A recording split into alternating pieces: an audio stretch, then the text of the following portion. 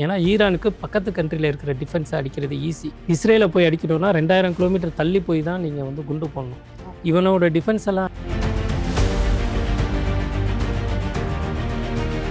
ஒரு ஆள் வந்து எப்ஸ்டீன் ஃபைல்ஸு ஓட என்டையர் டீட்டெயில்ஸை எடுத்து போடுறாங்க. அதுக்கப்புறமும் நிறைய டீட்டெயில்ஸ் வந்து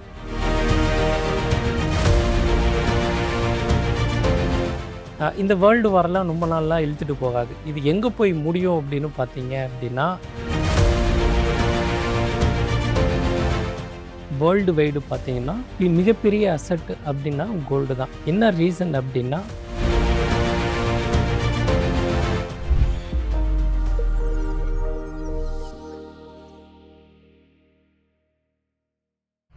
ஜீரோ நேயர்களுக்கு வணக்கம். எப்பவுமே நம்மளோட ஹாட் டாபிக் என்ன அப்படின்னு பார்த்தோம்னா கோல்டு தான். மக்களோட வாழ்க்கையில இந்த கோல்டு அப்படிங்கிறது ரொம்பவே ஒரு முக்கியமான விஷயமா பார்க்கப்படுது. ஸோ தொடர்ந்து இந்த கோல்டு ரேட் அதிகரிச்சுட்டு வரதை நம்ம பார்த்துட்டு தான் இருக்கோம். இன்னைக்கு இந்த கோல்டு ரேட் இதுக்கப்புறம் அதிகரிக்க போகுதா இல்ல குறைய போகுதா, என்ன நடக்க போகுது அப்படின்றத பத்தி பேசுறதுக்காக தான் முழு நேர ட்ரேடரான சையத் நம்ம கூட இணைஞ்சிருக்காங்க. நம்ம சார் கிட்ட பேசலாம். வணக்கம் சார். வணக்கம் மேடம். சார், லாஸ்ட் டைம் நம்ம வந்து இந்த கோல்டு ரேட் பற்றி ஒரு வீடியோ வந்து போட்டிருந்தோம். பயங்கரமாக வந்து வைரல் ஆகி இருந்துச்சு சார், உங்களுக்கே தெரியும். இப்போ வந்து ஈரான் இஸ்ரேல் அந்த போர் வந்து திரும்ப வந்து தொடர ஆரம்பிச்சிருச்சு. ரொம்ப வந்து ஒரு பதட்டமான ஒரு சூழ்நிலை தான் இப்போ இருக்கு. இது எங்கே கொண்டு போய் முடிய போகுது அப்படின்ற ஒரு கேள்வி நமக்கு வருது. கோல்டோட ரேட் வந்து இன்க்ரீஸ் ஆகிறதுல தான் அது வந்து முடியுமா அப்படின்ற கேள்வியும் மக்கள் மத்தியிலையும் வந்து எட ஸ்டார்ட் ஆகியிருக்கு. ஸோ உங்களோட பார்வை என்ன சார், சொல்லுங்க. ஸோ கோல்டு வந்து one of the big asset madam. World wide பார்த்தீங்கன்னா மிகப்பெரிய அசட் அப்படின்னா கோல்டு தான். என்ன ரீசன் அப்படின்னா, ரிசர்வ் பேங்க்கும் கோல்டை தான் ரிசர்வ் பண்ணி வச்சுருக்காங்க. நாளைக்கு அந்த பணத்துக்கு வந்து மதிப்பு இல்லாமல் போகும். பேப்பர், அது ஒரு note, dollar, what ever it is, அது பணமாக இருந்தாலும் சரி, டாலராக இருந்தாலும் சரி, எந்த ஒரு மணியாக இருந்தாலும் சரி, அது வந்து பேப்பராக போயிடும். அதுக்கு வேல்யூ இல்லாமல் போயிடும். ஸோ இதை நான் ஏன் சொல்ல வரேன் அப்படின்னா, எல்லாருமே டாலரில் ரஷ்யா இன்வெஸ்ட் பண்ணி வச்சுருந்ததெல்லாம் யுக்ரைன் ரஷ்யா வாரில் வந்து அமெரிக்கா வந்து ஃப்ரீஸ் பண்ணிடுச்சு டாலரை. ரஷ்யா இன்வெஸ்ட் பண்ணியிருக்க மற்ற நாடுகளில் இருக்கிற அந்த டாலரை வந்து ஃப்ரீஸ் பண்ணிடுச்சு. அப்போ அந்த டாலருக்கு மதிப்பு இல்லாமல் போயிடுச்சு. அப்போ எல்லோரும் என்ன திங்க் பண்ணுறாங்க, நாளைக்கு அமெரிக்கா எந்த ஒரு சூழ்நிலையும் ஃப்ரீஸ் பண்ணிடுச்சுன்னா வேறு எந்த இன்வெஸ்ட்மெண்ட்டை நோக்கி இந்த உலகம் நகரும் அப்படின்னு பார்க்க போகிறப்ப எல்லாருமே கோல்டை தான் இது பண்ணுறாங்க. ஈவன் ரிசர்வ் பேங்க், எல்லா கண்ட்ரிலையும் இருக்கிற ரிசர்வ் பேங்க் எல்லாமே வந்து கோல்டை தான் அக்குமுலேட் பண்ண பார்க்குறாங்க. ஸோ நீங்கள் வந்து இதுக்கு முன்னாடி வந்து ட்ரெஸரி பாண்டை எல்லாருமே வாங்கி வச்சுருப்பாங்க. ஸோ ஜப்பான் ஆகட்டும், சைனா ஆகட்டும், இந்தியா ஆகட்டும், மற்ற கண்ட்ரி ஃப்ரான்ஸ் ஆகட்டும், இட்டாலி ஆகட்டும், எல்லாருமே வந்து சேஃப் ஹெவன் அப்படின்னு சொல்லிட்டு டாலரை வாங்கி வச்சுட்டு அவங்க சேஃபஸ்ட் ஹெவன் டெபாசிட்டாக அதை வச்சுக்கிட்டே இருந்தாங்க. இப்போ ட்ரம்ப் வந்ததுனால இது அன்சர்டனிட்டி கிரியேட் ஆகிடுச்சு. அன்சர்டனிட்டி கிரியேட் ஆகிறதுக்கு ரீசன் என்னன்னா, அமெரிக்கா வந்து மற்ற நாடுகள் வளர்கிறது அவனுக்கு பிடிக்காது. எப்போதுமே வேர்ல்டு சுப்பீரியராக இருக்கிற ஒரு நாடு மற்ற கண்ட்ரி வளர்கிறது சுத்தமாக பிடிக்கவே பிடிக்காது. இப்போ சைனா வந்து அபரிமிதமான வளர்ச்சி. அப்புறம் ஈரான் அப்படின்னு பார்த்தீங்கன்னா மிசைல்ஸ், ஏவுகணை, அதுக்கப்புறம் யுரேனியம் செறிவூட்டல், 400 கிலோ வந்து யுரேனியம் அவங்க கையில் இருக்குது. அதை செறிவூட்டல் பண்ணி அணுகுண்டா அவங்க மாற்றுறது வித்தின் எ வீக்கில் மாற்ற முடியுங்கிறாங்க. இதெல்லாம் பார்க்குறப்ப அமெரிக்கா ஒரு மிகப்பெரிய வல்லரசு நாடு, அவங்களுக்கு மேலே இவங்க வர்றப்ப அவங்களுக்கு பிடிக்க மாட்டேங்குது.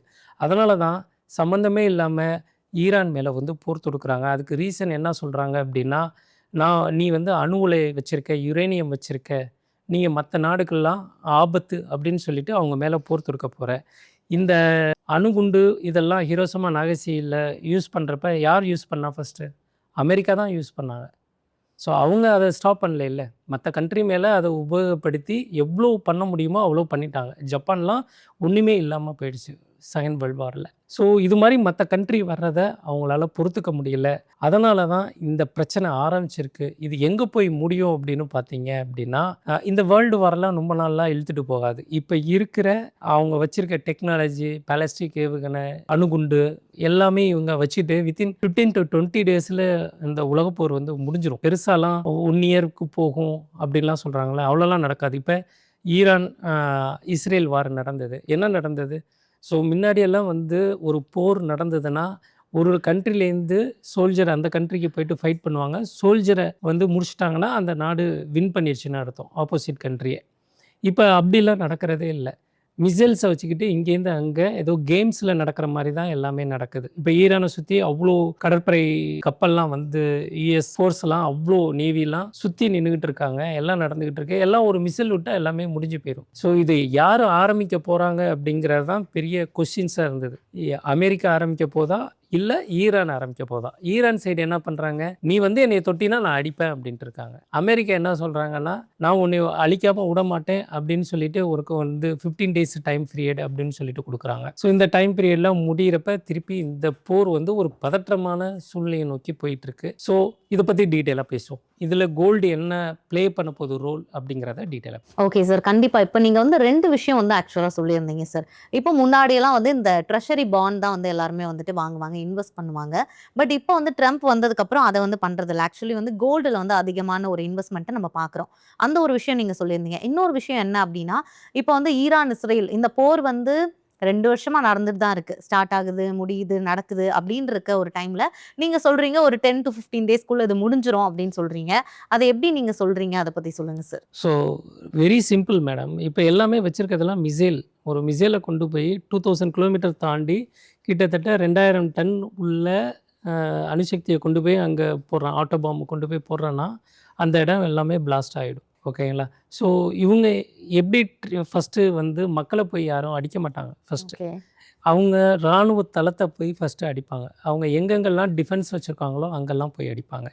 இப்போ அமெரிக்கா வந்து ஏன் பம்மிக்கிட்டு நிற்கிறான் அப்படின்னா, அவன்கிட்ட அந்த அளவுக்கு இராணுவ பலம் ஈரான்கிட்ட இருக்குது. அவங்க பல ஆண்டுகளாக வந்து அதை சேகரிச்சுட்டே இருக்காங்க. சவுத் கொரியாட்டேருந்தும் சைனாட்டேருந்தும் எல்லா இன்ஃபர்மேஷனையும் வாங்கி அவங்க வந்து ரிவர்ஸ் மெக்கானிசம் யூஸ் பண்ணி ஒவ்வொரு கண்ட்ரியும் எந்த மாதிரி பாம் ஏவுகணையெல்லாம் யூஸ் பண்ணியிருக்காங்களோ அதை பிரித்து ரிவர்ஸ் மெக்கானிசம் பண்ணி பயங்கரமாக இது பண்ணியிருக்காங்க. ட்ரோன்லாம் அவங்கள்ட்ட இருக்கிற மாதிரி வேறு ட்ரோன் வேறு எங்கேயும் கிடையாது. ரிவர்ஸ் மெக்கானிசத்தில் எல்லாமே க்ரியேட் பண்ணியிருக்காங்க. ஆள் இல்லாத ட்ரோனை வச்சு கிட்டத்தட்ட ஒரு 600 கிலோமீட்டர் 1000 கிலோமீட்டர் வரைக்கும் ட்ராவல் பண்ணி ரேடாரை பைபாஸ் பண்ணிவிட்டு போய் அடிக்கிற மாதிரிலாம் நிறைய ஃபீச்சர்ஸ் எல்லாம் ஈரான்ட்ட இருக்குது. அதை பார்த்து தான் பயப்படுது அமெரிக்கா. ஏன்னா இது வந்து வடகொரியாட்டேருந்தும் சைனாட்டேருந்தும் இன்ஃபர்மேஷனை வாங்கி இவங்க ஓனாக ப்ராடக்டை தயார் பண்ணது. ஸோ இந்த இன்ஃபர்மேஷன்லாம் போனோன்னே அமெரிக்கா பயமாக இருக்குது. ஏன் என்ன ரீசன் அப்படின்னு பார்த்தீங்கன்னா, மிடில் ஈஸ்ட்டில் இருக்கிற டிஃபென்ஸ் ஓகேங்களா, இராணுவம் அமைப்பு எல்லாமே இப்போ வந்து சவுதி அரேபியாவாக இருக்கட்டும், துபாயாக இருக்கட்டும், இல்லை மற்ற கண்ட்ரி மிடில் ஈஸ்ட்டில் உள்ள ஒவ்வொரு கண்ட்ரிக்கும் டிஃபென்ஸ் டெக்னாலஜி எல்லாமே வந்து அமெரிக்காவோட ஏர்ஃபோர்ஸ்லேருந்து எல்லாமே அங்கே தான் வச்சுருக்கான். இப்போ அமெரிக்காவை போய் அடிக்கிறதுக்கு அமெரிக்கா என்னை தொட்டானா மிடில் ஈஸ்ட்டில் வார் ஆரம்பிச்சிருவோம் அப்படிங்கிறான். இது வந்து மிடில் ஈஸ்ட்டில் உள்ள பக்கத்து நாடுகளை போய் அடிக்கணும்னு இல்லை, அமெரிக்காவோட டிஃபென்ஸ் எல்லாத்தையும் காலி பண்ணணும். இறுதி சுற்று படம் பார்த்துருப்பீங்கல்ல, அப்போ ஃபைனலில் வந்து வலிமையான ஒருத்தவன் இருப்பான், ஆப்போசிட் வந்து ஹீரோயின் வந்து வலிமையானவ தான், ஆனால் தோற்றுக்கிட்டே இருப்பாள். ஏன்னா கோச் வரல, கோச்சை பார்த்தோன்னா அவளுக்கு வரும். ஆனால் அந்த கோச் என்ன சொல்லியிருக்கான், எதிரியோட பலத்தை ஃபஸ்ட்டு அடிக்கணும். அப்போ எதிரியோட பலத்தை அடிக்கணும்னா அவனோட ஃபோர்ஸ் வந்து கையில் தான் இருக்குது. கையை ஃபஸ்ட்டு உடைச்சதுக்கப்புறம் ஃபைனலாக நிற்பா, ஒரு கிக் கொடுப்பா, முடிஞ்சு போயிடும். இப்போ அமெரிக்காவோட பலமே என்ன இருக்குது, அவன் டிஃபென்ஸ் வச்சுருக்க மற்ற கண்ட்ரீஸில் தான் இருக்குது. ஓகேங்களா?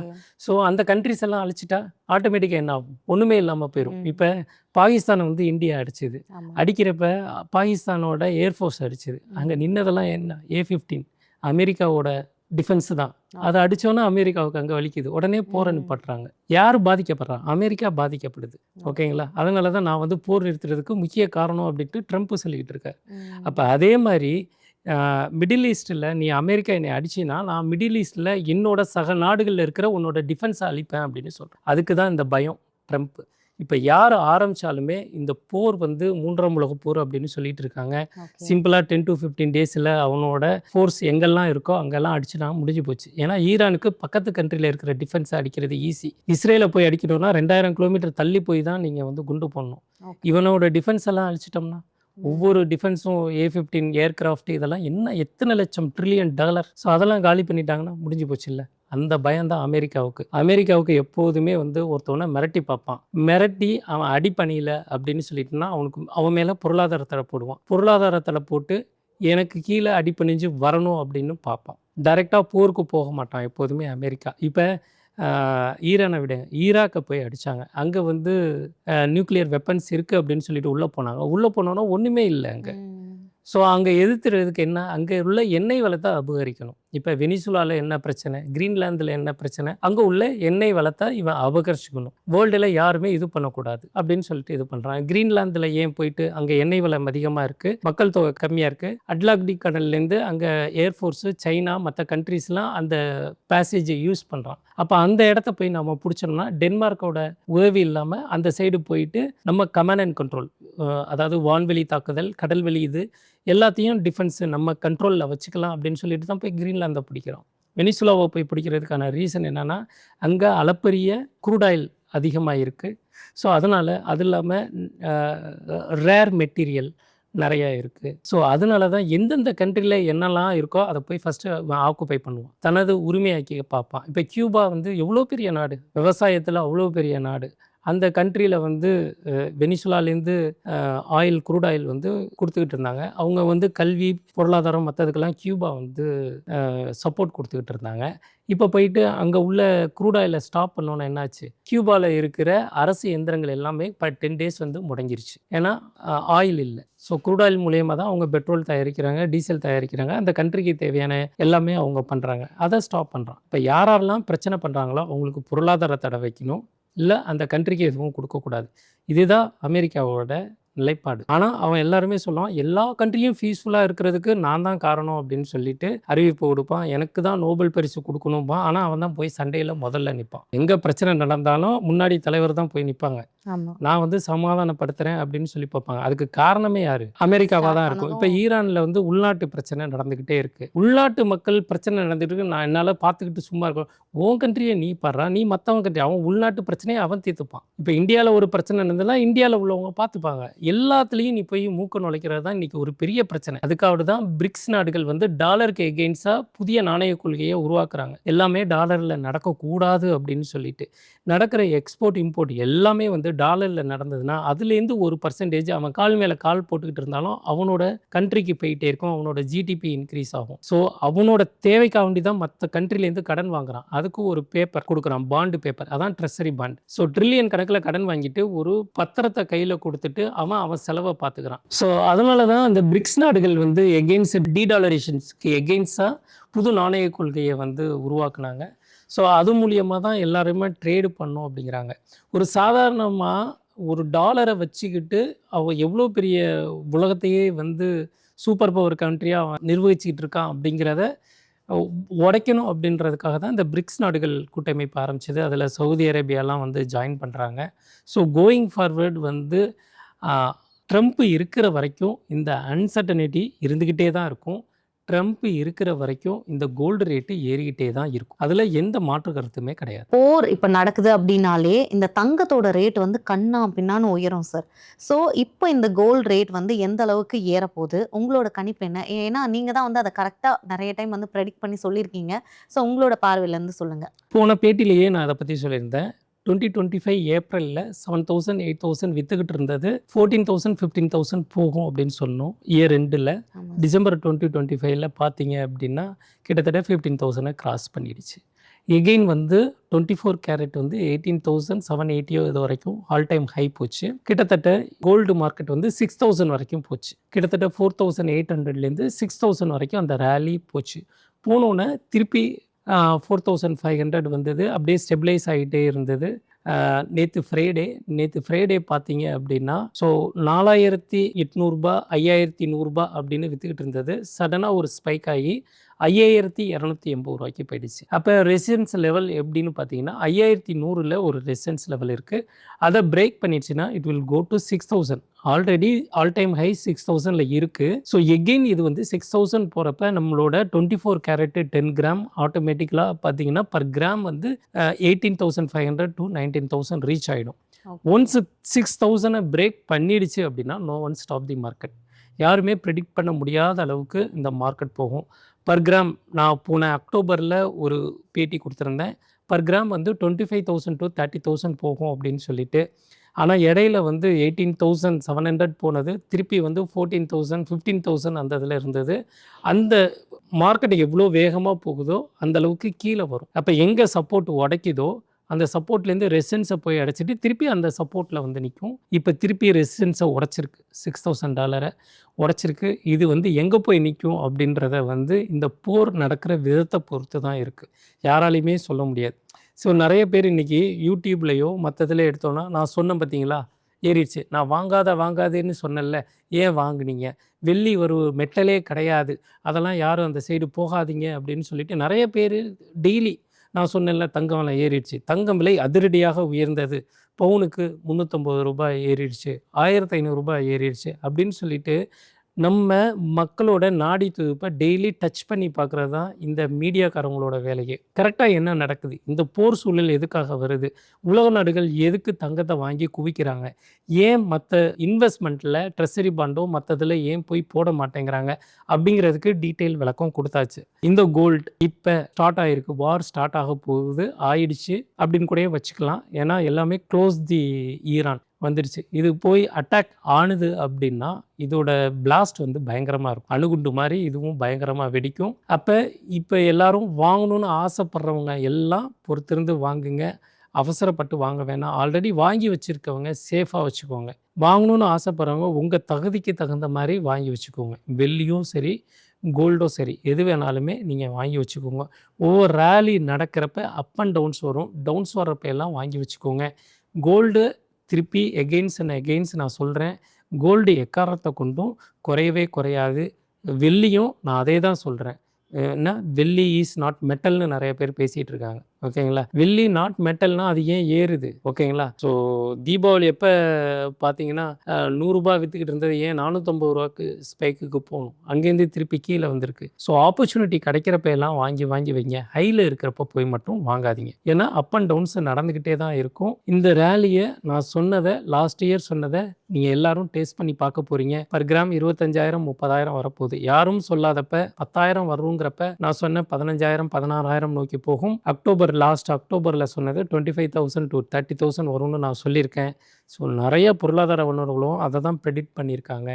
ஒன்ஸு இந்த வார் ஸ்டார்ட் ஆகிடுச்சு அப்படின்னா so gold will not stop. இல்லை இந்த வார் ஸ்டாப் ஆகலை அப்படின்னா கோல்டு வந்து சஸ்டைன் ஆகிட்டே இருக்க ஒழிச்சியும் எக்காரணத்தை கொண்டும் குறையாது. ஓகே சார், இப்போ வந்து நீங்க ஆல்ரெடி வந்து சொல்லியிருந்தீங்க, ஒரு சவரன் வந்து 2 lakhs கிட்ட நெருங்கிறதுக்கான வாய்ப்பு இருக்கு அப்படின்னு நீங்க சொல்லியிருந்தீங்க. ஸோ அதை நோக்கி தான் இப்போ நம்ம வந்து போயிட்டு இருக்கோம். அது கூடவே சேர்த்து வெள்ளியும் வந்து இன்க்ரீஸ் ஆகும் அப்படின்னு சொல்றீங்க. ஸோ இதெல்லாம் வந்து எப்போ நடக்க போகுது சார்? இப்போ இந்த இயர் எண்ட்குள்ள நடக்குமா, இல்லை இந்த 4 to 5 monthsக்குள்ள நடக்குமா, எப்போ நடக்கிறதுக்கான சான்சஸ் இருக்கு? ட்ரம்ப்ன்ற ஒரு மாமனிதர் இருக்கிற வரைக்கும் குறையவே குறையாது. இது ஆல் டைம் ஹையை தொட்டு பிரேக் ஆகிட்டு போயிட்டே தான் இருக்கும். இது நாளைக்கு நடக்குமான்னு சொல்ல முடியாது. ஆனால் வித்தின் 6 months இல்லை இந்த இயர் எண்டுக்குள்ளே பாருங்கள், அதோட நீங்கள் லாஸ்ட் இயர் பார்த்துருப்பீங்க 7,000 8,000 விற்றது இன்னைக்கு 15,000 வந்து நிற்கிது. தட் மீன்ஸ் 100% வந்து மார்க்கெட் மூவ் ஆகிருக்கு. வெள்ளியும் $100 விற்றுக்கிட்டு இருந்தது $450 போயிட்டு இன்னைக்கு 290 $300 விற்றுக்கிட்டு இருக்கு. ஸோ இது எதையுமே வந்து யாருமே சொல்லலை. ஆனால் ட்ரம்ப்புங்கிற ஒரு மாமனிதர் வந்ததுலேருந்து நம்ம எல்லாருக்குமே வந்து ரேலி வந்து ஸ்டார்ட் ஆயிடுச்சு. கோல்டுலேயும் சரி சில்வர்லேயும் சரி பயங்கர ரேலி வந்துருச்சு. இப்போ அடுத்தது அவர் வைக்க போகிறது வந்து ஈரான் மேலே வைக்கிறாங்க.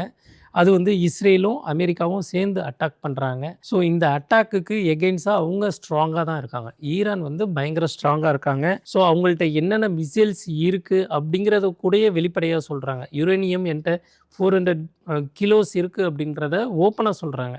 ஏன் போய் அமெரிக்காவில் டச் பண்ண முடியல. ஸோ அங்கேருந்து எகெயின்ஸ்ட் ஈரான் திருப்பி அடித்தாங்கன்னா அதை தாங்குற அளவுக்கு சக்தி, பொருளாதாரம், ஆல்ரெடி அமெரிக்காவில் வேலைவாய்ப்பு, பொருளாதாரம் எல்லாமே வந்து டவுன் க்ரோத்தில் இருக்குது. ஸோ அமெரிக்க மக்களே வந்து வெறுக்கிறாங்க. ட்ரம்ப்பை வந்து அமெரிக்கா வந்து முன்னேறதுக்காக இது பண்ணுறாங்கன்னு அவர் சொல்லிட்டு இது பண்ணுறாங்க. இப்போ இந்த எப்ஸ்டீன் ஃபைல் எதுக்கு வந்தது? சம்மந்தமே இல்லாமல் எல்லா உலக நாடுகளிலையும் மேலே தலைவர்கள் மேலேயும் ஒரு எப்ஸ்டீன் ஃபைல் ஃபார்ம் ஆயிருக்கு. அவங்க இவங்களோட கம்யூனிகேட் பண்ணியிருக்காங்க அப்படின்னு சொல்லிட்டு ஏன் எல்லாத்தையும் ஒரே டயத்தில் ஸ்ப்ரெட் அக்ராஸ் வேர்ல்டு. ஸோ உங்களை ஏதோ குழப்பிக்கிட்டே இருக்காங்க. மக்கள் வந்து நீ பெரிய ஆளா, அவன் இது பண்ணியிருக்கான், அவன் மட்டும் பண்ணியிருக்கானா, இவனும் பண்ணியிருக்கான எண்ணற்ற தலைவர்களோட இதை வந்து போட்டுக்கிட்டு இருக்கான். இதுக்கு பின்னாடி ஒரு பெரிய சதி இருக்கும். ஓகேங்களா? சதி இல்லாம எதுவுமே நகரவே நகராது. நகர்வுகளும் இருக்காது. ஒரு ஆள் வந்து எப்ஸ்டீன் ஃபைல்ஸு ஓட என்டையர் டீட்டெயில்ஸ எடுத்து போடுறாங்க. அதுக்கப்புறமும் நெறைய டீட்டெயில்ஸ் வந்து வரப்போகுது. அது எப்படி என்னன்னு தெரியாது. ஆனா இந்த வேர்ல்டு வார பேஸ் பண்ணி தான் இதெல்லாம் நடந்துகிட்டே இருக்கும். இது எல்லாத்தையுமே நம்ம பார்க்க போறோம். ஒவ்வொரு தலைவர்கள் என்ன பண்ணாங்க? இந்த வேர்ல்டு வைடு என்ன நடக்குது? ஸோ முக்கியமா பார்க்க போனா இந்த க்ரூட் ஆயிலுக்கும் ரேர் மெட்டீரியல் ஓகேங்களா? ஸோ இந்த பேட்டரி, கிராஃபைட்டு இது மாதிரி ரேர் மெட்டீரியலுக்காக தான் இந்த உலகம் சண்டை போட்டுக்கிட்டே இருக்கு. அதில் முதன்மையா இப்போ வந்து கோலோச்சி இருக்கிறது வந்து அமெரிக்கா. ஆனால் அமெரிக்கா இருக்கிற நவீன வசதிகள் எல்லாமே வந்து மற்ற நாடுகள்கிட்டையும் இருக்கு. அது புரியாம அவங்க சண்டை போட்டுக்கிட்டே இருக்காங்க. பொருளாதார தடை வைக்கிறாங்க, பயமுறுத்துறாங்க. இப்போ ஈரான்கிட்ட இவ்வளோ யுரேனியம் செறிவூட்டல் இருக்கு அப்படின்னா நீ போய் அட்டாக் பண்ண வேண்டியதானே? ஏன் பயப்படுற? அப்போ உன்னை விட அவன் பலசாலியா இருக்கான். ஆல்ரெடி அவன் பலசாலின்னு நிரூபிச்சிட்டான். இஸ்ரேலை போய் அட்டாக் பண்ணி என்ன நடந்ததுன்றத பார்த்துட்டான். ஸோ அமெரிக்கா கொஞ்சம் பொறுமையாக இருக்கணும். இது அமெரிக்கா முன்னெடுத்து போயிடுச்சு அப்படின்னா இது தேர்ட் வேர்ல்டு வார உருவெடுக்கும். அது உருவெடுக்கிறது மட்டும் இல்லாமல் கோல்டு விலை அதிகமாகிடும். நம்மளோட மணி வேல்யூலாம் கம்மியாயிடும். அதான் உண்மை நிதர்சனம். ஓகே சார், கண்டிப்பாக இப்போ வந்து போர்லாம் வந்தாலே என்னென்னா கோல்டு ரேட் வந்து இன்க்ரீஸ் ஆகிறத நம்ம வந்து தொடர்ந்து பார்த்துக்கிட்டே இருக்கோம் சார். ஸோ இப்போ இந்த கோல்டு ரேட் வந்து நீங்கள் வந்து 2 lakhs கிட்ட நெருங்கிறதுக்கான சான்ஸ் இருக்குது அப்படின்றத சொல்லிட்டீங்க. இந்த 2 lakhsோட நிற்குமா இல்லை அதையும் தாண்டி போய்கிட்டே இருக்குமா சார்? ஸோ இன்னொன்று என்னென்னா நீங்கள் வந்து லாஸ்ட் டைம் வந்து ப்ரிடிக்ட் பண்ணி சொல்லியிருந்தீங்க 1 கிராம் வந்து கண்டிப்பாக வந்து 15,000 கிட்ட நெருங்கும் அப்படின்னு சொல்லியிருந்தீங்க. ஸோ இப்போ வந்து சொல்கிறீங்க 1 கிராம் வந்து 25,000 கிட்ட நெருங்கும் அப்படின்னு சொல்லியிருக்கீங்க. ஸோ அதை விடவும் இன்க்ரீஸ் ஆக சான்ஸ் இருக்கா? அதுவும் சொல்லுங்கள் சார், ரொம்ப டீட்டெயிலாக எக்ஸ்பிளைன் பண்ணி. ஆமாம், கண்டிப்பாக இன்க்ரீஸ் ஆகிறதுக்கு சான்சஸ் ரொம்ப ரொம்ப அதிகம். என்ன ரீசன்னா 90% வந்து மைனிங் எல்லாம் வெட்டி எடுத்துட்டாங்க. வேர்ல்டில் இருக்கிற மைனிங், கோல்டு மைனிங் எல்லாமே எடுத்துட்டாங்க. இப்போ இந்த 10% இருக்கிற கோல்டுக்கு தான் இங்கே எல்லாருமே வந்து வாங்கி ரிசர்வ் பண்ணி வச்சுக்கிட்டே இருக்காங்க. அப்போ நிறைய பேர், நிறைய யூடியூபர்ஸ்லாம் என்ன சொல்கிறாங்க அப்படின்னா, ஏதோ ஒரு கண்ட்ரி வந்து அதோட தங்கத்தை வித்துருச்சுன்னா மார்க்கெட் வந்து கீழே விழுந்துடும், கோல்டோட மார்க்கெட் வந்து ஸ்டேபிளாக இருக்காது, பயங்கர டிராஸ்டிக்காக இறங்கிரும். நான் பார்த்தேன் லாஸ்ட் வீக்கு ஒரு சவரன் தங்கம் வந்து 70,000 வந்துடும் அப்படின்னு சொல்லிட்டு ஒரே ஸ்ப்ரெட் அக்ராஸ் யூடியூப். ஸோ அது எப்படி சார் வரும்? நீங்கள் ஒரு கண்ட்ரி வந்து தங்கத்தை விற்கிறான் அப்படின்னா மற்ற கண்ட்ரிலாம் ரெடியாக இருப்பான், வாங்குறதுக்கு ரெடியாக இருப்பான். நீங்கள் தங்கத்தை எப்படி சார் குறைஞ்ச ரேட்டில் விற்பீங்க? வாங்கின ரேட் அதிகமாக இருக்கிறப்ப குறைஞ்ச ரேட்டில் நீங்கள் விற்பீங்க. சரி, குறைஞ்ச ரேட்டில் விற்றுட்டு நீங்கள் எதில் போய் இன்வெஸ்ட் பண்ணுவீங்க? யூஎஸ்ஏ ட்ரெஸரி பாண்டில் தான் போய் இன்வெஸ்ட் பண்ணுவீங்க. இல்லாட்டினா ஸ்விஸ்ஸோட நாணயத்தில் போயிட்டு இன்வெஸ்ட் பண்ணுவீங்க. அங்கே அன்சர்டனிட்டி இருக்குது. சரி, ட்ரெஸரி பாண்டில் இன்வெஸ்ட் பண்ணோன்னா ட்ரம்ப் இருக்கிற வரைக்கும் ட்ரெஸரி பாண்டில் நிச்சயமற்ற தன்மை. அங்கே போய் கொடுத்துட்டு என்ன பண்ணுவீங்க? அங்கேயே ஜிடிபி எல்லாமே காலி ஆகிடுச்சு. அவன் ஆல்ரெடி வந்து வரியை அதிகப்படுத்திக்கிட்டே இருக்கான், சுமைகள் அதிகப்படுத்திக்கிட்டே இருக்கான். அப்போ அந்த கண்ட்ரி வரியை வந்து அதிகமாக போடுது அப்படின்னா, இறக்குமதி பண்ணுறதுக்கான வரியை அதிகமாக போடுதுன்னா அந்த வரியோட சுமை எதில் இருக்கும்? அந்த பொருள் மேலே தானே இருக்கும். இப்போ 100 ரூபாய்க்கு வாங்குகிற பொருளை 118 ரூபா 18% போடுறான் அப்படின்னா 118 ரூபா அந்த பொருளோட விலை. அதை வந்து ஸ்டாக்கிஸ்ட், சூப்பர் ஸ்டாக்கிஸ்ட்லாம் போயிட்டு நுகர்வோர்கிட்ட போகிறப்ப அந்த பொருளோட விலை 200 ரூபா போகும். அப்போ ஆல்ரெடி 120 ரூபா வாங்கிக்கிட்டு இருந்த பொருள் 200 ரூபா கொடுத்து வாங்குறப்ப அந்த சுமை யார்கிட்ட போகுது? அமெரிக்க அதிபருக்கா போகுது? அதை யூஸ் பண்ணிகிட்டு இருக்க அன்றாட மக்கள்கிட்ட போகுது. அப்போ போகிறப்ப வாங்கும் தன்மை அங்கே குறையுது. அப்போ அதை வாங்கணும் அப்படின்னா அவங்க சேலரியிலேருந்து ஒரு அமௌண்ட்டை ஸ்பெண்ட் பண்ணுற மாதிரி இருக்குது. அந்த சேவிங்ஸை வந்து கம்மி பண்ணிவிட்டு அவங்களோட டே டு டே ஆக்டிவிட்டிக்காக அவங்க வந்து அதிகமாக செலவு பண்ணுற மாதிரி ஒரு சூழ்நிலை வருது. அதாவது எப்படி சொன்னேன்னா இன்ஃப்ளேஷன் அப்படிம்பாங்க, பண மதிப்பிழப்பு அப்படின்னு சொல்லுவாங்க. ஸோ நம்ம கண்ட்ரிலையும் அந்த பண மதிப்பிழப்பு நடந்துக்கிட்டே இருக்குது. லாஸ்ட் இயர் வாங்கின ஒரு பொருள் இந்த இயர் அந்த பணத்தை வச்சுட்டு வாங்க முடியுதா? இன்க்ரீஸ் ஆகிட்டே இருக்குது.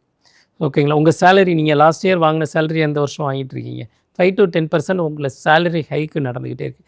சேலரி ஹைக்கு நடக்கிறப்ப அதோட பொருளோட விலையும் விலையேற்றமும் அதிகமாகிட்டே இருக்குது. அதே தானே அங்கேயும் நடக்குது. இப்போ ஒரு கடையில் நீங்கள் ஒரு ஷாப்பிங் பண்ண போகிறீங்க அப்படின்னா ஒரு பொருளோட விலை 100 ரூபா இருக்குது. ஆனால் அந்த பொருள் வந்து அங்கே போய் வாங்குறப்ப 150 ரூபா கொடுத்து வாங்குறீங்க அப்படின்னா அந்த கடையோட வாடகை, அங்கே எம்ப்ளாயீஸோட சேலரி, இபி, ஏசி ஓடுறது, அந்த பில்டிங்க்கான ரெண்ட்டு, இதெல்லாம் இன்க்ளூட் பண்ணி தானே அதை ஆட் பண்ணுறாங்க.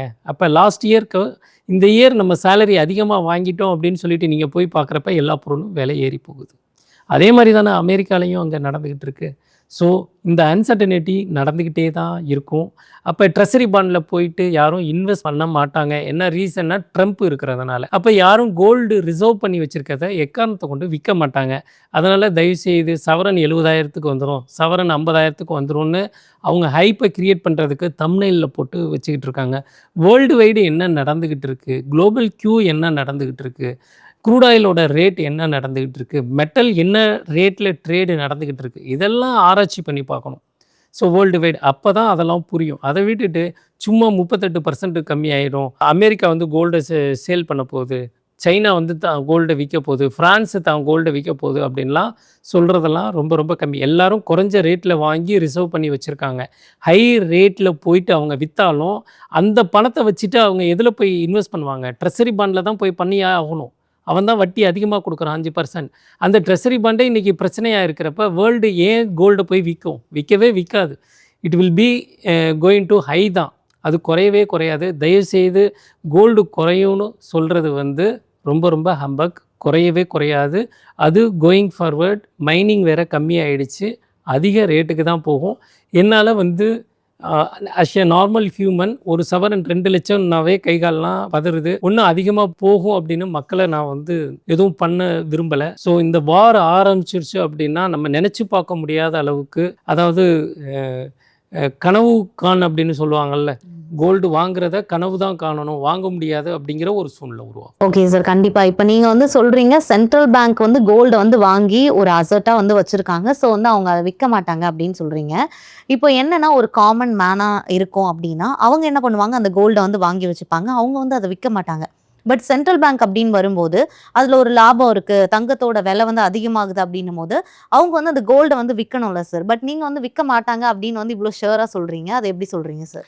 வேர்ல்டு வைடு பார்த்தீங்கன்னா எல்லா கண்ட்ரியும் வந்து ஒரு இன்வெஸ்ட்மெண்ட்டை நோக்கி தான் போவாங்க. அன்சர்டனிட்டியோ நாளைக்கு ஒரு போர் சூழல் வந்தாலோ நம்ம வந்து சேஃபஸ்ட்டாக இருக்கணும், நம்ம கண்ட்ரி வந்து ஒரு சேஃபாக இருக்கணும் அப்படின்னு சொல்லிட்டு எல்லாமே வந்து இன்வெஸ்ட்மெண்ட்டில் கொண்டு போய் வைப்பாங்க. அப்போ இந்த ட்ரெஸரி பாண்டை வந்து வேர்ல்டு வைடு எல்லாருமே $1 trillion, 10 trillion, 20 trillion, 30 trillion, 100 trillion கொடுத்து எல்லாருமே வாங்கி வச்சுக்கிறாங்க.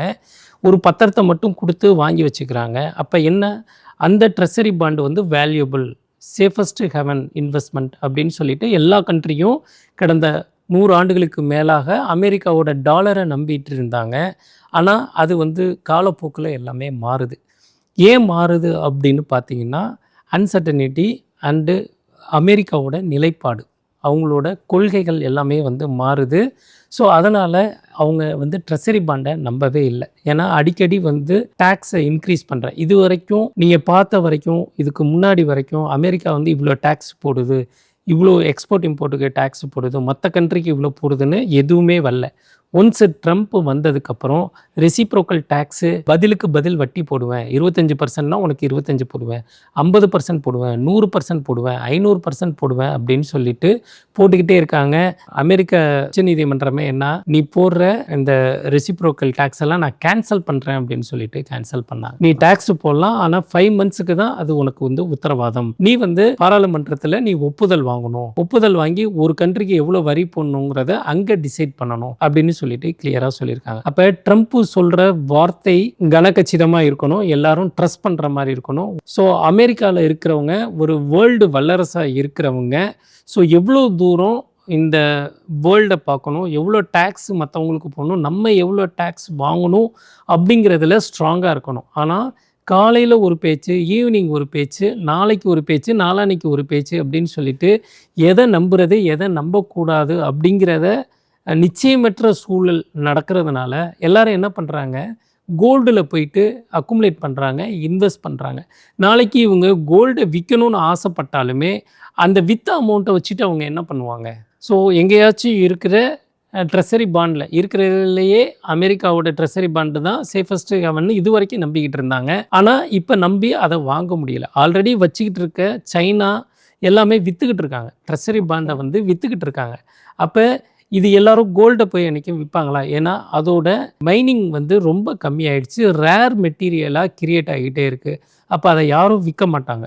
என்னைக்காச்சும் அன்சர்டனிட்டி வருது, அவங்களுக்கு தேவை பணம் வேணும் அப்படின்னா மற்ற கண்ட்ரிஸ்கிட்ட போயிட்டு விற்பாங்க. அப்போ அது விலை கம்மியாகும்னா அன்னைக்கு என்ன ரேட் இருந்ததோ அதை தான் விற்பாங்க. நீங்கள் ஒரு இடம் வாங்கி வச்சுருக்கீங்க, இடம் வந்து நீங்கள் ஒரு 10 லட்சத்துக்கு வாங்கியிருக்கீங்க அப்படின்னா 4 வருஷம் கழித்து 8 லட்சம் கேட்குறாங்கன்னு கொடுப்பீங்களா? கொடுக்க மாட்டீங்க. அது 12 லட்சமோ இல்லை 13 லட்சமோ ஆனால் தான் கொடுப்பீங்க.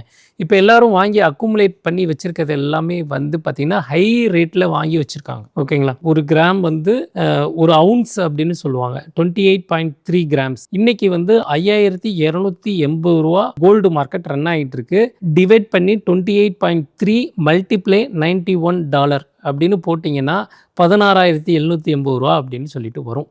அதுதான் இன்றைய மார்க்கெட். ஓகேங்களா? யாரெல்லாம் ட்ரேடு பண்ணுறாங்களோ அந்த வேல்யூக்கு தகுந்த மாதிரி அது மாறிக்கிட்டு இருக்கும். ஓகேங்களா? ஸோ நீங்களோ நானோ வாங்குறதுனாலையோ விற்கிறதுனாலையோ ஃபஸ்ட்டு இந்த கோல்டு ஏறவும் இல்லை இறங்கவும் இல்லை. மெட்டல் மார்க்கெட்டில் என்ன ட்ரேடிங் நடக்குதோ அதை பேஸ் பண்ணி தான் நடந்துக்கிட்டு இருக்கு. அப்போ ஆல்ரெடி இருக்கிற மைனிங்கில் இருக்கிற 10%க்கான போட்டி நடந்துக்கிட்டே இருக்குது வேர்ல்டு வைடு. அது எப்படி கம்மியாகணும்னு நீங்கள் நம்புறீங்க? அதிக ரேட்டில் வாங்கிட்டு ஆல்ரெடி ஒவ்வொரு கண்ட்ரியும் அபரிமிதமான பணத்தை இன்வெஸ்ட் பண்ணுறாங்க. இன்வெஸ்ட் பண்ணிவிட்டு எனக்கு அதில் வருமானம் வரணும்னு பார்க்குறாங்க. ஸோ அந்த இன்வெஸ்ட் பண்ணுறதை எப்படி கம்மியான ரேட்டில் விற்பாங்க? இந்த அன்சர்டனிட்டி வேர்ல்டு வைடு நடந்துகிட்டு இருக்கப்ப எப்படி கோல்டு ரேட்டு கம்மியாகும்? இது எப்படி கம்மியாகும்னு நீங்கள் பார்க்குறீங்க? ஆமாம் சார், இந்த போர் இருக்கிற போர் இருக்கிற வரைக்கும், ஜியோ பாலிட்டிக்ஸ் இருக்கிற வரைக்கும் இந்த கோல்டு ரேட்டு இறங்கவே இறங்காது. எப்போ ஸ்டேபிள் ஆகும் அப்படின்னா வேர்ல்டு சுப்ரீம் அமெரிக்கா ட்ரம்ப் அவர்கள் பதவி விட்டு போகணும், அதுக்கப்புறம் வேற ஒருத்தவர் வரணும், வந்தால் மட்டும்தான் இது நடக்கும். அன்டில் அன்லெஸ் இந்த கோல்டு ரேட்டு கம்மியே ஆகாது. ஓகே சார், இந்த கோல்டோட ரேட் பற்றி நிறைய விஷயங்கள் வந்து சொன்னீங்க. இப்போ வந்து அந்த ரீட்டைல் இன்வெஸ்டர்ஸ் கிட்ட வரலாம் சார். இப்போ அவங்க வந்து இந்த கோல்டு வாங்கி அவங்க வந்து சேவ் பண்ணி வைக்கலாமா, இல்லை கோல்டு ரேட் வந்து ஃப்யூச்சரில் வந்து மேபி அவங்க வந்து குறையும் அப்படின்னு அவங்க நினச்சிட்டு அந்த கோல்டை வந்து அவங்க இன்வெஸ்ட் பண்ணாமல் இருக்கலாமா? அவங்க என்ன பண்ணணும், அவங்க அதை எப்படி புரிஞ்சுக்கணும்? ஸோ ரீட்டைலர் இன்வெஸ்டர்னா அவங்கள்ட்ட இருக்கிற பணத்துக்கு நீங்கள் கொஞ்சம் கொஞ்சமாக அக்குமுலேட் பண்ணி வாங்கிக்கோங்க. சரி, எனக்கு வந்து பர்சனல் லோன் இருக்குது, எலிஜிபிலிட்டி இருக்குது அப்படின்னா ஒரு 5 lakhs 10 lakhs வந்து வாங்கிட்டு மாதம் ஒரு 10,000 நான் கட்டிக்கிறேன். நான் வந்து 5 lakhs எடுத்தேன்னா மந்த்லி 10,000 5 இயர்ஸுக்கு நான் பே பண்ணணும். நான் வந்து அக்குமுலேட் பண்ணிக்கிறேன், நான் பேர் பண்ணிக்கிறேன், மந்த்லி சேலரி எனக்கு வருது, நான் மந்த்லி சேலரியில் 5 lakhs லோன் எடுத்துகிட்டு பர்சனல் லோன் எடுத்துகிட்டு நான் வந்து 10,000 மந்த்லி நான் பே பண்ணி கட்டிக்கிறேன். நான் வந்து ஒரு கோல்டை ஒரு 100 கிராமோ இல்லை 50 கிராமோ நான் வந்து அக்குமுலேட் பண்ணிக்கிறேன்னா தாராளமாக பண்ணலாம். நீங்கள் வந்து ஒரு ப்ரைவேட் கம்பெனியில் இருக்கீங்க, ஒரு ப்ரைவேட் செக்டாரில் இருக்கீங்க, உங்களுக்கு இயர்லி போனஸ் வருது, இல்லை ஹைக் வருது, ஒரு பல்க் ஆஃப் அமௌண்ட் வந்து 1 இயருக்கு அப்புறம் ஒரு 2 lakh வந்து எனக்கு போனஸ் வருது, இல்லை 1.5 lakh போனஸ் வருது, அதை போய் நான் பார்ட் பேமெண்ட்டாக கொடுத்து அடிச்சுக்கிறேன் அப்படின்னாலும் தாராளமாக நீங்கள் பண்ணலாம். ஏன்னா கோல்டு பார்த்தீங்கன்னா அபரிமிதமான வளர்ச்சி லாஸ்ட் இயருக்கும் இந்த வருஷத்துக்கும் 100% வந்து இன்க்ரீஸ் ஆகிருக்கு. நம்ம பர்சனல் லோன் போனாவே 12% மேக்ஸிமம் 11.5% ஆர் 12% தான். ஆனால் இங்கே வந்து 100% ஏறி இருக்குது. ஆனால் நம்ம பணம் கையில் வச்சுருந்தோம்னா யாருக்காச்சும் கடன் கொடுத்துருவோம், இல்லை யாராச்சும் கேட்குறாங்க அப்படின்னு சொல்லிட்டு உதவி பண்ணிடுவோம், நம்ம பணம் நம்மள்ட்ட இருக்காது. ஆனால் நீங்கள் ஒரு கோல்டாக வாங்கி நீங்கள் உங்கள் ஒய்ஃப்கிட்டையோ வீட்லேயோ கொண்டாந்து கொடுத்தீங்கன்னா அட் எனி காஸ்ட்டாக அதை விற்க விட மாட்டாங்க, அதை அவங்க அசட்டாக தான் பார்ப்பாங்க. அட் எனி காஸ்ட்டு இதை போய் விற்றுரு, இந்த பிரச்சனைக்காக கோல்டை விற்றுருன்னு இன்றைக்கி யாருமே சொல்லவே மாட்டாங்க. ஸோ அந்த மாதிரி ஒரு சூழ்நிலை அமைஞ்சிக்கிட்டே இருக்குது. அதனால் உங்களோட ஃபினான்ஸ் அதை பேஸ் பண்ணி உங்களுக்கு போகணும், நான் வந்து கோல்டு வாங்க ஆசைப்பட்றேன், இப்போ நீங்கள் ஒரு பைக் வாங்கணும்னு ஆசைப்பட்றீங்க, ஒரு கார் வாங்கணும்னு ஆசைப்பட்றீங்க, 10 lakhs இன்வெஸ்ட் பண்ணுறீங்க, டிப்ரிஷியேஷன் ஆகிற ஒரு வண்டிக்கே நீங்கள் வந்து 10 lakhsோ 15 lakhsோ லோன் எடுத்து நீங்கள் வந்து வண்டியை வாங்குறீங்க, யூஸ் பண்ணுறீங்க, நாளைக்கு விற்க போனீங்கன்னா 4 வருஷம் கழித்து 15 லட்சம் ரூபாய் விற்கிற ஒரு காரு 7-8 லட்ச ரூபாய்க்கு போகும். 50% டிப்ரிஷியேஷன் ஆயிரும் 3 years to 4 yearsல. அப்போ நீங்கள் ஸ்ட்ராங்காக போய் பர்சனல் லோன் எடுத்து கோல்டை வாங்கி வைக்கலாம்ல. எனக்கு வர்ற செலவை நான் மினிமைஸ் பண்ணிவிட்டு நான் வந்து அதை இன்வெஸ்ட்டுக்கு இப்படி நான் பர்சனல் லோன் கட்டிக்கலாமே, ஒரு நல்ல ஐடியா தானே. இதுக்கு முன்னாடி நான் சொல்லலை, இப்போ இந்த நடக்கிற போக்கை பார்த்தோம்னா ஒரு டிப்ரிஷியேஷன் ஆகிறதுக்கு நம்ம அவ்வளோ இன்வெஸ்ட்மெண்ட் பண்ணி நம்ம மந்த்லி வந்து கார் லோன் கட்டுறோம். அப்போ அசட்டாக இருந்து அது அப்ரிஷியேஷன் கொடுக்கறதுக்கு நம்ம வந்து ஒரு பர்சனல் லோன் எடுத்து கட்டுறதுல தப்பே கிடையாது. உங்களோட பட்ஜெட்டுக்கு தகுந்த மாதிரி நீங்கள் மினிமைஸ் பண்ணிக்கோங்க, பர்சனல் லோன் எடுத்துகிட்டு கோல்டாக கன்வெர்ட் பண்ணிக்கோங்க. My humble request. Okay sir, இப்போ இருக்க ஃபினான்ஷியல் பிளானர்ஸ்லாம் என்ன சொல்கிறாங்க அப்படின்னா எதையுமே வந்து கடன் வாங்கி பண்ணாதீங்க, அது வந்து டிசிப்ளினாக இருக்காது அப்படின்னு சொல்கிறாங்க. பட் நீங்கள் என்ன சொல்கிறீங்க, இந்த கோல்டை வந்து கடன் வாங்கியாச்சும் வாங்குங்க அப்படின்னு வந்து சொல்கிறீங்க. இது நீங்கள் எப்படி சார் இதை சொல்கிறீங்க? எந்த பாயிண்ட் ஆஃப் வியூல சொல்றீங்க, அதை பத்தி சொல்லுங்க. ஃபார் எக்ஸாம்பிள் உங்களுக்கு கல்யாணம் நடக்கணும், உங்கள்கிட்ட ஃபண்ட் இல்லைன்னா என்ன பண்ணுவீங்க? கல்யாணம் பண்ணணும், கடன் வாங்கணும், சரி படிக்கிறீங்க, எஜுகேஷன் போகணும், ஆனால் ஃபீஸ் கட்டணும், பணம் இல்லை, எஜுகேஷனல் லோன், எல்லாத்துக்குமே லோன் போகிறோம். ஒவ்வொரு ஈவெண்ட்டுக்குமே வீட்டில் ஒரு டே டு டே ஃப்ரிட்ஜோ ஏசியோ வாங்கினாலும் ஈஸி இஎம்ஐக்கு போயிடுறீங்க, ஒரு 6 மாதத்தில் திருப்பி கட்டிடலான்ற ஒரு நம்பிக்கை இருக்குது. ஸோ இந்த மாதிரி சுச்சுவேஷனில் எல்லாரோட டே டு டே ஆக்டிவிட்டிலையும் ப்ரைவேட் செக்டாரில் ஒர்க் பண்ணுறவங்களாக இருக்கட்டும், ஐடி செக்டாரில் ஒர்க் பண்ணுறவங்களாக இருக்கட்டும், ஒரு ஹவுசிங் லோன் கண்டிப்பாக இருக்கும், ஒரு கார் லோன் கண்டிப்பாக இருக்கும், இல்லை மெடிக்கல் லோன் கண்டிப்பாக இருக்கும், இல்லை மேரேஜ் லோன் கண்டிப்பாக இருக்கும், இல்லை பிரதர் சிஸ்டருக்கு மேரேஜ் நடக்குது, இல்லை அப்பா அம்மாவுக்கு உடம்பு சரியில்லை, நிறைய ஆப்ரேஷன் பண்ணணும், என்னோட மெடிக்கல் இன்சூரன்ஸோட ஓவர்டேக் பண்ணுது, அதுக்காக நான் இன்சூரன்ஸ் வாங்குகிறேன்.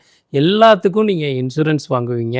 ஆனால் ஒரு அசட்டாக இருக்கிற கோல்டுக்கு மட்டும் நான் இஎம்ஐலாம் பண்ண மாட்டேன், லோன்லாம் வாங்கி பண்ண மாட்டேன் அப்படின்னு சொல்கிறது ரொம்ப தப்பு. மற்றது இப்போ கல்யாணம் பண்ணுறீங்க, 500 பேரை கூட்டி கல்யாணம் பண்ணுறீங்க, 10 லட்ச ரூபா செலவு பண்ணி, அந்த கல்யாணம் முடிஞ்ச அடுத்த நாள் உங்களுக்கு 10 லட்ச ரூபா வருமானம் வந்துடுதா? அதுக்கு நீங்கள் 5 வருஷம் இஎம்ஐ கட்டினா மட்டும்தான் உங்களுக்கு அந்த இது மீட் ஆகும். இல்லைனா விடுவாங்களா? பர்சனல் லோன்னு உட்காந்து வாங்கிட்டு போயிடுவாங்க. ஸோ நான் ஒரு அசட்டு வாங்குறதுக்கு ஒரு சின்னதாக ஒரு லோன் எடுத்து வாங்கி வச்சுக்கோங்க.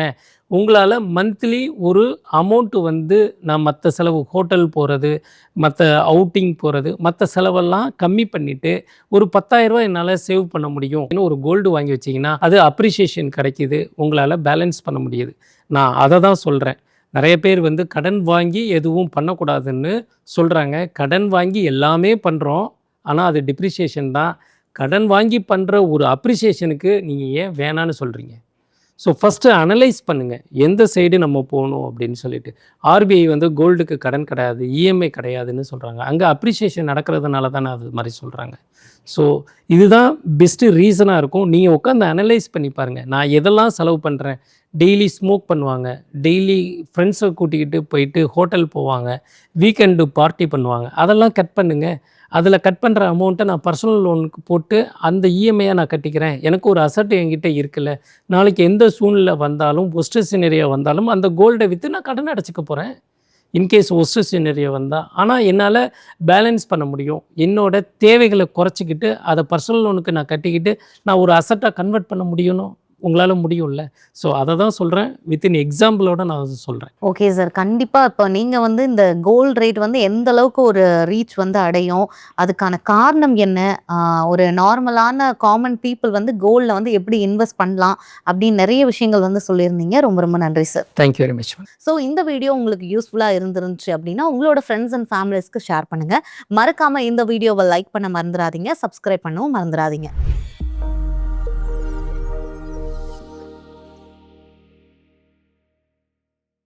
Investment in security markets are subject to market risk. Read all the related documents carefully before investing.